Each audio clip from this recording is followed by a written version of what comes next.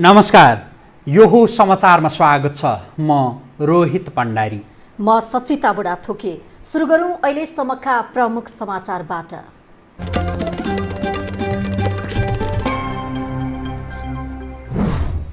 निजी प्रयोगशालालाई पनि कोरोना परीक्षणको लागि बाटो खुला। संक्रमण आशंका भए परीक्षणमा आउन स्वास्थ्य कर्मीलाई सरकारको आग्रह।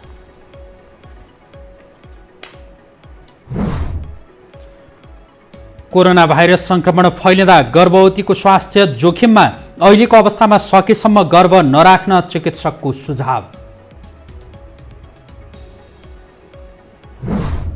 सांसद अपहरणको विषयमा अनुसन्धान गर्न प्रतिपक्षी दलको माग। प्रहरीले मुद्दा दर्ता गर्न नमान्नु लज्जाको विषय भएको प्रतिक्रिया।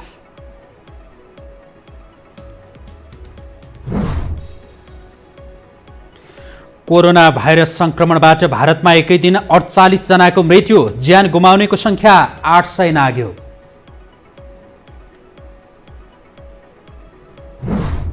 र कोरोना महामारीका कारण रोकिएको सिरिए फुटबल सुरु गर्ने तयारी, खेलाडी मे 4 देखि प्रशिक्षणमा सहभागी हुने।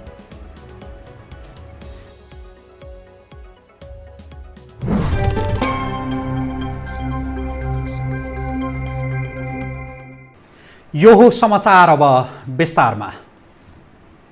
सरकारले निजी प्रयोगशालाबाट पनि कोरोना भाइरस परीक्षण गर्ने बाटो खोलेको छ। परीक्षण सम्बन्धी मापदण्ड निर्देशिका जारी गर्दै सरकारले कोभिड-19 परीक्षण निजी प्रयोगशालाले पनि गर्न सक्ने बाटो खोलेको हो। स्वास्थ्य तथा जनसङ्ख्या मन्त्रालयका प्रवक्ता डाक्टर विकास देवकोटाले सरकारले बनाएको मापदण्ड अनुसार प्रयोगशाला निर्माण गरी अनुमति लिएर परीक्षण गर्न सक्ने बताउनुभयो।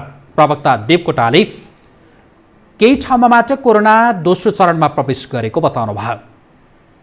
आरडीटी परीक्षणको प्रदेशको अपडेट गराउन चाहन्छु। प्रदेश नम्बर 1 मा 4545 वटा भएका छन् हालसम्म। त्यसैगरी प्रदेश नम्बर 2 मा 5208, बागमती प्रदेशमा 7626, गण्डकी प्रदेशमा 4924, प्रदेश नम्बर 5 मा 3471 र कर्णाली प्रदेशमा 5128, साथै सुदूरपश्चिम प्रदेशमा 11961 वटा जम्मा आरडीटीका परीक्षण।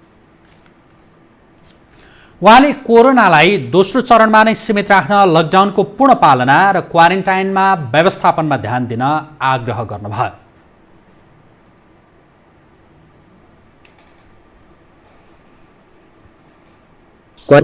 20,195 जना हुनुहुन्छ।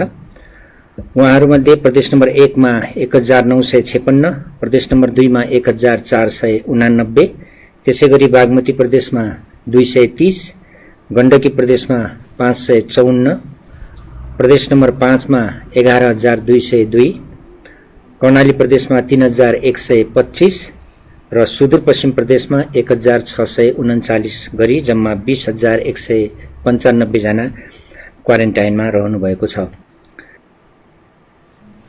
मन्त्रालयले देशभर अहिलेसम्म 53,534 जनाको नमुना परीक्षण भएको जनाएको छ। अहिले 20,195 जना क्वारेन्टाइनमा रहेका छन् भने 106 जना आइसोलेसनमा उपचाररत छन्। जस्तै राप्ती स्वास्थ्य विज्ञान प्रतिष्ठानमा पनि पीसीआर परीक्षण सुरु भएको मन्त्रालयले जनाएको छ। स्वास्थ्य तथा जनसङ्ख्या मन्त्रालयले कोरोना भाइरसको आशंका लागि परीक्षणमा आउन स्वास्थ्य कर्मीलाई आह्वान गरेको छ। हालै मात्र केन्द्रीय कारागार अस्पतालमा कार्यरत 2 नर्सको आरडीटी टेस्ट पोजिटिभ आएको थियो, तर पीसीआर विधिबाट गरिएको परीक्षणमा नेगेटिभ रिपोर्ट आएको छ। उनीहरूको कन्ट्याक्ट ट्रेसिङ र परीक्षणको काम भइरहेको स्वास्थ्य मन्त्रालयले जनाएको छ। मन्त्रालयका प्रमुख विशेषज्ञ डाक्टर रोशन पोखरेलले अहिलेसम्म 56 जनाको पहिचान गरेको भन्दै उनीहरूको सम्पर्कमा आएर छुटेका भए सम्पर्कमा आउन आग्रह गर्नुभयो। अहिलेसम्म हामीले 56 जनामा ट्रेसिङ कार्य गरेर उहाँहरूको पनि जाँच गरिसकेका छौँ। तर पनि यदि कोही यी स्वास्थ्य कर्मीको कन्ट्याक्टमा आउनु भएको छ र छुट्नु भएको छ भने सोही अनुरूप जानकारी भएपछि हामी सोही आधारमा उहाँहरूको आरडीटी र पीसीआर टेस्टिङबाट अगाडि बढ्नेछौँ। यसको लागि कोही छुट्नु भएको छ भने हाम्रा सम्पर्क नम्बर 1133 र 1115 सम्पर्क गरेर हामीलाई यसमा सहजीकरण गरिदिनु हुन अनुरोध गर्दछौँ। डाक्टर पोखरेलका अनुसार फ्रन्टलाइनमा खटिएका स्वास्थ्यकर्मीलाई कोरोना सङ्क्रमणको आशंका लागे आरडिटी वा पिसिआर दुवै विधिबाट परीक्षण गर्ने व्यवस्था मिलाइनेछ।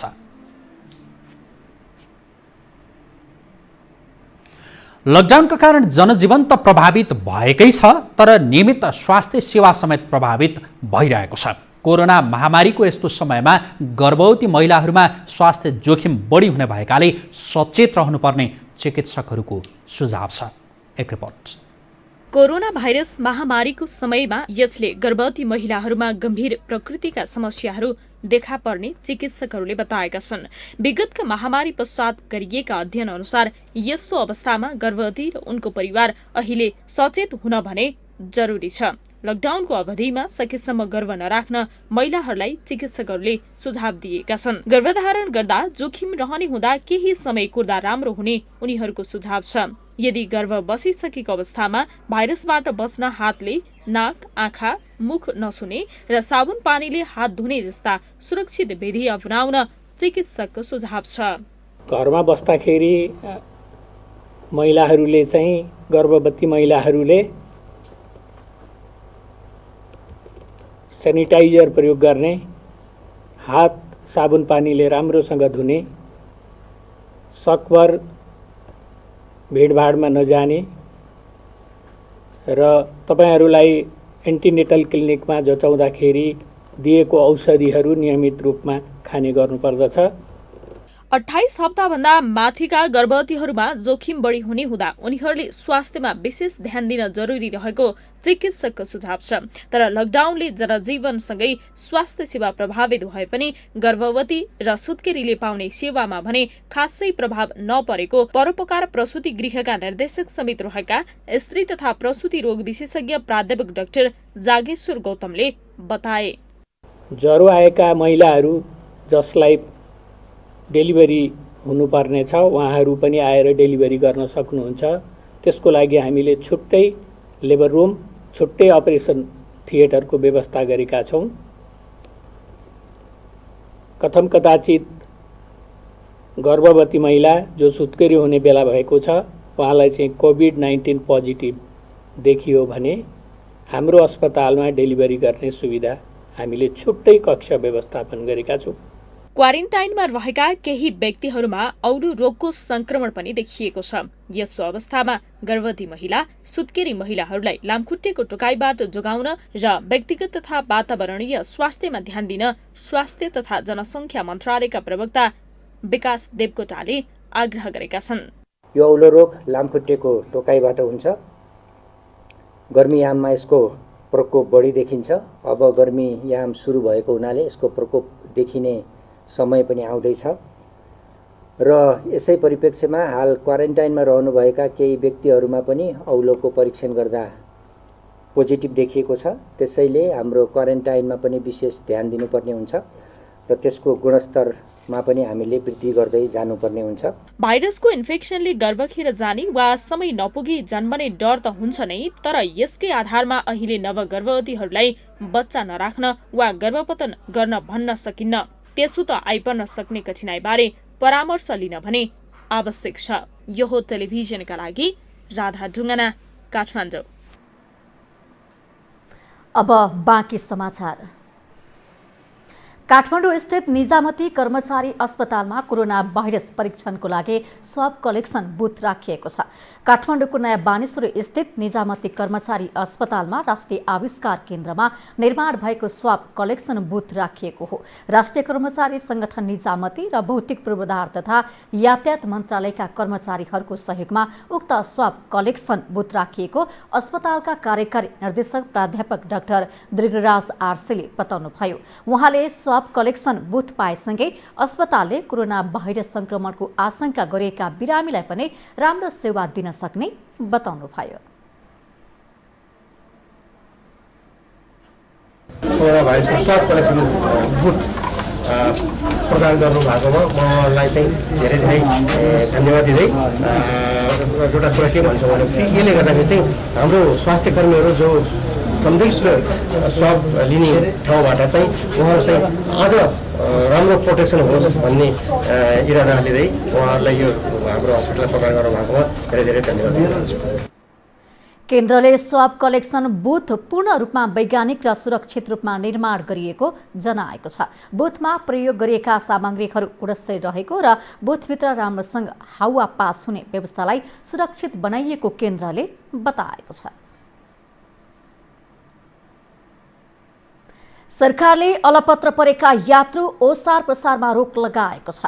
राजधानी काठमाडौँ सहित विभिन्न शहरी क्षेत्र र विभिन्न जिल्लाबाट घर जाने यात्रुलाई स्थानीय तहले गरिरहेको उद्धारमा सरकारले रोक लगाएको हो। गृह मन्त्रालयले आज 77 वटै जिल्ला प्रशासन कार्यालयलाई परिपत्र गर्दै अत्यावश्यक सेवा बाहेकका सवारी साधन सञ्चालन तथा यात्रु ओसार प्रसारलाई पूर्ण रूपमा रोक लगाउन परिपत्र गरेको हो। त्यस्तै मन्त्रालयले जथाभावी पास वितरण नगर्न जिल्ला प्रशासन कार्यालयहरूलाई निर्देशन दिएको छ। केही दिन यता राजधानी लगायतका शहरी क्षेत्रमा रहेका मानिसहरूलाई स्थानीय तहले उद्धार गरिरहेका छन्। त्यसक्रममा कोटेश्वर कलङ्की लगायतका क्षेत्रमा सवारी साधन र मानिसहरूको थामी नसक्नुको भिड पनि भइरहेको छ।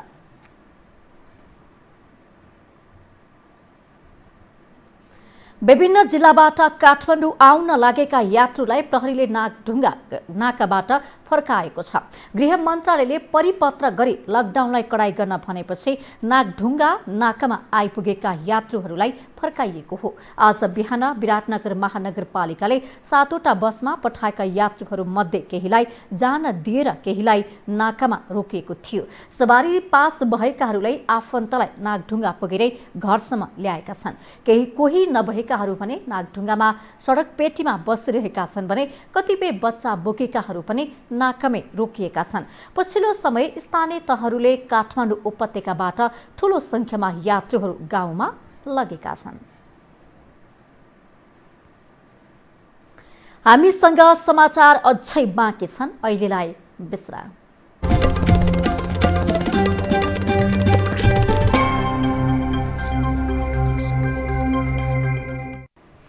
विश्रामपछि यो हो समाचारमा स्वागत छ। अब बाँकी समाचार। सांसद अपहरणको विषयमा अनुसन्धान गर्न विपक्षी 4 दलहरूले माग गरेका छन्। आज कांग्रेस केन्द्रीय कार्यालय सानेपामा बसेको बैठकमा नेपाली कांग्रेस, राष्ट्रिय जनता पार्टी, समाजवादी पार्टी नेपाल र राप्रपाको संयुक्त बैठकमा जनकपुरबाट सांसदलाई अपहरण गरी काठमाडौँ ल्याइएको विषयमा छानबिन गर्न माग गरिएको हो। नेपाली कांग्रेसका प्रवक्ता विश्वप्रकाश शर्माले प्रधानमन्त्री समेत संलग्न भई सांसद अपहरण भएको विषयमा मुद्दा समेत दर्ता नगरिएपछि दलहरू एकसाथ कसरी अगाडि बढ्ने भन्ने विषयमा बैठकमा छलफल भएको बताउनुभयो। कि जनकपुरदेखि समाजवादी पार्टीका एक सांसदलाई काठमाडौँबाट गएर अपहरणको शैलीमा काठमाडौँ रातारात लिएर आएर एउटा होटलमा राखेर एउटा दलको विभाजन गर्नका लागि जे प्रयत्न गरियो यो अक्षम्य छ, यो गल्ती छ र यो अपहरणसँग सम्बन्धित विषयको गहिरो अनुसन्धान गरिनुपर्छ। अपहरणको शैलीमा जनकपुरबाट समाजवादी पार्टीका सांसद सुरेन्द्र यादवलाई काठमाडौँ ल्याइएको भन्दै विपक्षी दलहरूले घटनाको छानबिन गर्न माग गरेका हुन्। सांसदको अपहरण जस्तो विषय कुनै एक दलसँग मात्रै सम्बन्धित नभएर समग्र शान्ति, संविधान र लोकतान्त्रिक प्रणालीमा गलत कदम भएको निष्कर्ष बैठकले निकालेको छ। पछिल्लो समय सत्ताधारी दल नेकपामा आएको राजनीतिक तरङ्गले सत्ता फेरबदलको सम्भावना प्रबल बन्दै गएको छ।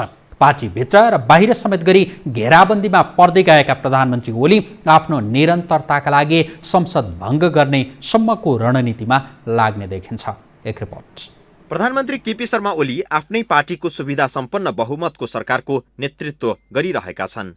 तर राजनैतिक घटनाक्रममा यसरी अस्वाभाविक परिवर्तन आइरहेको छ कि स्थिर भनिएको ओली सरकार फेरबदलमा पर्ने हो कि भन्ने सम्भावना विकास हुँदै गएको छ। अध्यादेशको घटनापछि नेकपा भित्रको विवाद अझ गम्भीर मोडमा पुगेको नेताहरू बताउने गर्दछन्।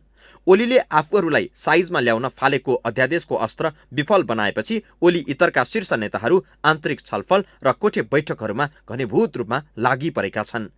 अर्का अध्यक्ष पुष्पकमल दाहाल नेताहरू माधव कुमार नेपाल, झरनाथ खनाल, वामदेव गौतम सहितका नेताहरूको दौडधोपले प्रधानमन्त्री ओली नराम्ररी झस्किएका छन्।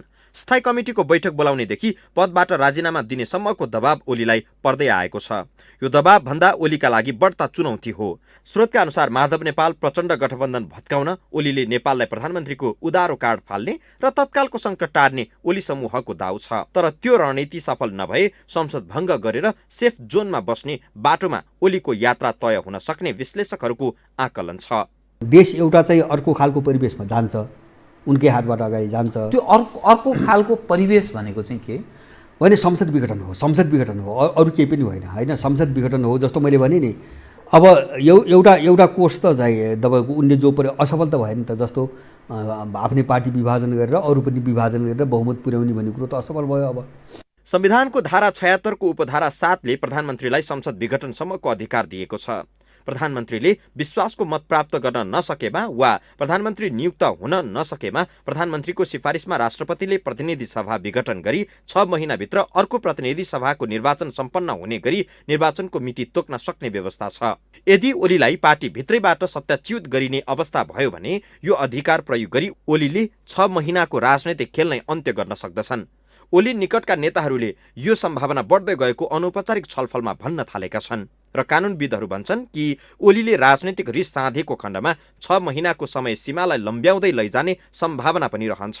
तर लोकतान्त्रिक नेताबाट यस्तो कदम नचालिने नेकपाकै नेताहरूको विश्वास छ।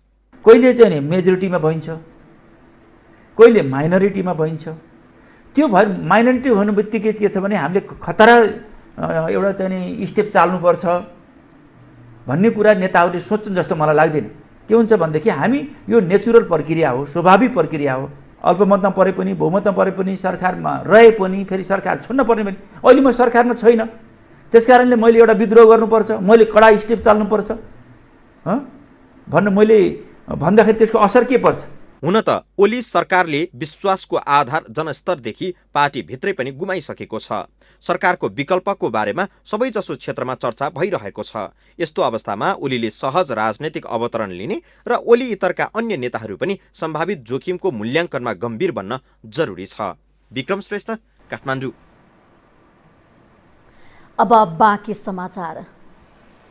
काठमाडौँको ठमेल क्षेत्रमा मेन्स फाउन्डेसनले लकडाउनका कारण अप्ठ्यारोमा परेका नागरिकहरूलाई निशुल्क खाना खुवाइरहेको छ। फाउन्डेसनले लकडाउनको भोलिपल्ट देखिने ठमेल क्षेत्रमा अप्ठ्यारोमा परेका स्वदेशी तथा विदेशी नागरिकलाई निशुल्क खाना खुवाएको हो। फाउन्डेसनले प्रतिदिन 200 जनालाई बिरयानी खुवाइरहेको छ। हरेक दिन बिहान खानामा बिरयानीसँगै फाउन्डेसनले मास्क पनि वितरण गरिरहेको छ। सुरुको दिन 50-60 जनालाई खाना बाँडेको फाउन्डेसनले अहिले 200 जनालाई निशुल्क खाना र मास्क वितरण गरिरहेको फाउन्डेसनका अध्यक्ष मिनहाज खानले बताउनु भएको छ। फाउन्डेसनले अहिलेसम्म विभिन्न अस्पताल र सङ्घ संस्थाहरूलाई करिब 700 PPE पनि वितरण गरेको छ। तर सरकारले दैनिक ज्याला मजदुरी गर्नेहरूको लागि केही गर्न नसकेको आरोप स्थानीयको छ।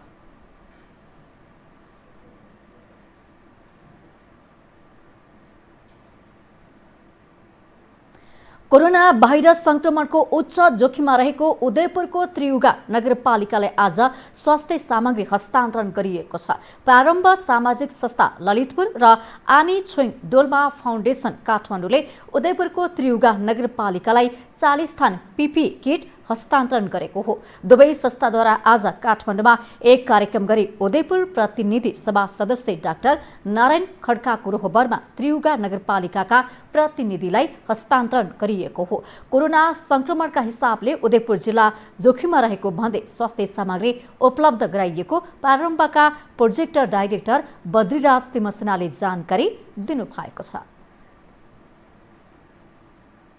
साइबर क्राइम अभियोगमा पक्राउ परेका पूर्व सचिव भीम उपाध्यायलाई धरोटीमा रिहा गर्न जिल्ला अदालत काठमाडौँले आदेश दिएको छ। आज अदालतका न्यायाधीश भरतमणि खनालको इजलासले उपाध्यायलाई 25,000 धरोटीमा छाड्न आदेश दिएको हो। वैशाख 10 मा सामाजिक सञ्जालमा सरकार विरुद्ध जथाभावी लेखेको आरोपमा पक्राउ परेका उनलाई साइबर क्राइमको मुद्दा दर्ता गरिएको थियो। सरकारी वकिलको कार्यालयले आइतबार जिल्ला अदालत काठमाडौँमा उनी विरुद्ध साइबर क्राइमको मुद्दा दर्ता गराउँदै 5 वर्ष कैद सजाय माग पनि गरेको थियो। हामीसँग अन्तर्राष्ट्रिय र खेल समाचार अझै बाँकी छन्, अहिलेलाई विश्राम।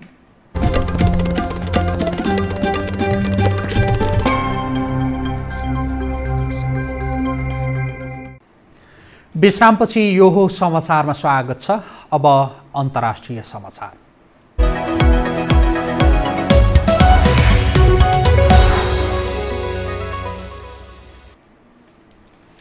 भारतमा कोरोना भाइरस संक्रमणका कारण पछिल्लो 24 घण्टामा मात्रै 48 जनाको मृत्यु भएको छ।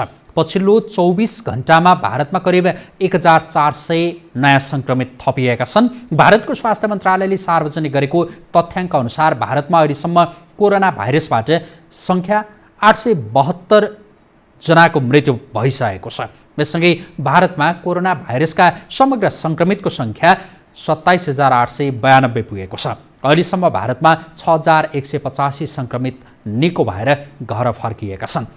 भारतको सबैभन्दा प्रभावित राज्य महाराष्ट्रमा अहिलेसम्म कोरोना भाइरसका कारण 342 जना मानिसको मृत्यु भइसकेको छ भने 8068 जना सङ्क्रमित भइसकेका छन्। भारतको उत्तर प्रदेशमा अहिलेसम्म 1868 जनामा यो भाइरसको सङ्क्रमण देखिँदा 29 जनाको मृत्यु भएको छ। त्यस्तै बिहारमा 274 जनामा यो भाइरसको सङ्क्रमण देखिएको छ भने 2 जनाको मृत्यु भएको छ।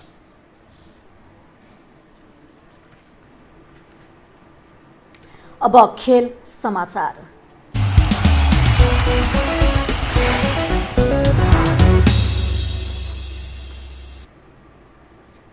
कोरोना भाइरसको महामारीले सबैभन्दा नराम्रोसँग प्रभावित बनेको इटालीमा खेलकुद गतिविधि सुरु हुने भएका छन्। कोरोना भाइरसको महामारीका कारण रोकेको सिरी ए फुटबलका खेल सुरु गर्ने तयारी भएको हो, जसको लागि पहिलो चरणमा आगामी मे 4 देखि टिमहरू व्यक्तिगत प्रशिक्षणमा सहभागी हुने भएका छन्।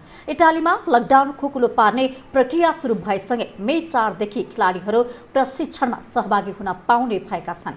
यस्तै मे 18 देखि टिम प्रशिक्षण गर्न पाइने भएको छ। रोकेका सिरी ए का खेल मे 27 देखि जुन 2 को बीचमा सुरु हुने आशा गरिएको छ। यो सिजन अगस्तको सुरुवातमा अन्त्य गर्ने तयारी पनि भएको छ।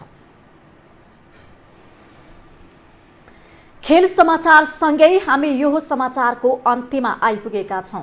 बिदा हुनु अघि प्रमुख समाचार पुनः एकपटक।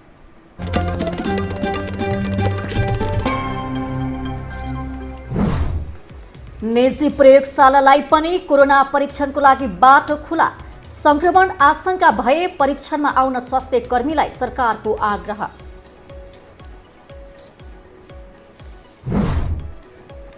कोरोना भाइरस संक्रमण फैलिँदा गर्भवतीको स्वास्थ्य जोखिममा, अहिलेको अवस्थामा सकेसम्म गर्भ नराख्न चिकित्सकको सुझाव।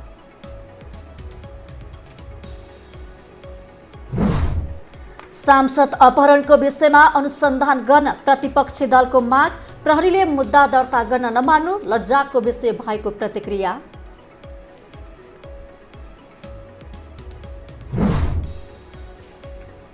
कोरोना भाइरस संक्रमणबाट भारतमा एकै दिन 48 जनाको मृत्यु, ज्यान गुमाउनेको संख्या 800 नाग्यो।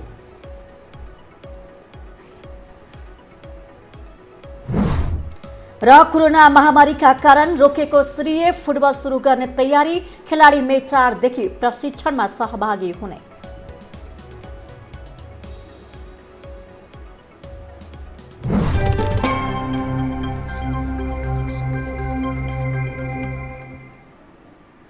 हौस् त यो हो समाचार अहिलेलाई सकियो। समाचार बुलेटिनका साथै यो हो टेलिभिजनका सम्पूर्ण कार्यक्रम यो हो खबर.com, युट्युब र फेसबुकमा पनि पढ्न र हेर्न सक्नुहुनेछ।